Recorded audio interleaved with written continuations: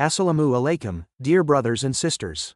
Today we will examine a pressing question that concerns many Muslim women and their families. Is it permissible in Islam for women to drive cars? This topic sparks considerable debate within the Muslim community, especially following recent changes in some countries that officially allowed women to drive. Let's thoroughly analyze this issue by referring to the Quran, Sunnah, and opinions of reputable Islamic scholars to determine whether Islam explicitly prohibits women from driving or if this is rather a cultural tradition of certain societies. First and foremost, it's crucial to note that neither the Quran nor authentic hadiths of Prophet Muhammad peace be upon him contain any direct prohibition against women operating vehicles. Islam as a universal religion doesn't restrict means of transportation but regulates principles of behavior and morality that should be observed regardless of whether a person walks, rides a camel, or drives a car.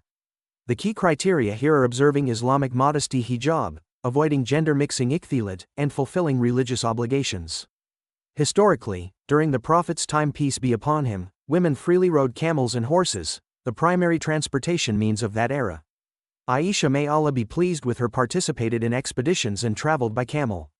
Contemporary scholars draw parallels between this and driving cars, noting that the focus should be on maintaining Islamic principles rather than the mode of transportation itself. Most modern Islamic scholars, including members of Saudi Arabia's Council of Senior Scholars who officially permitted women to drive in 2018, as well as prominent theologians like Yusuf al-Qaradawi, Abdullah ibn Baz, Saleh al-Fawzan, agree that women driving cars isn't inherently forbidden haram, provided certain conditions are met. What conditions must be observed for a woman's driving to comply with Islamic norms? First, she must dress according to hijab requirements, covering properly and maintaining modest behavior while driving.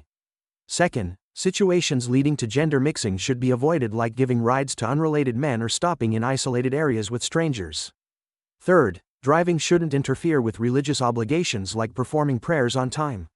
Fourth, proper driving skills and traffic laws must be observed, as Islam prohibits endangering one's life or others' lives unnecessarily. Some opponents of women driving cite potential negative consequences like increased interaction with unrelated men during accidents or police stops or risks to hijab observance. However, scholars note these situations can occur with other transportation methods like taxis or public transport and should be addressed through Islamic guidelines rather than driving bans.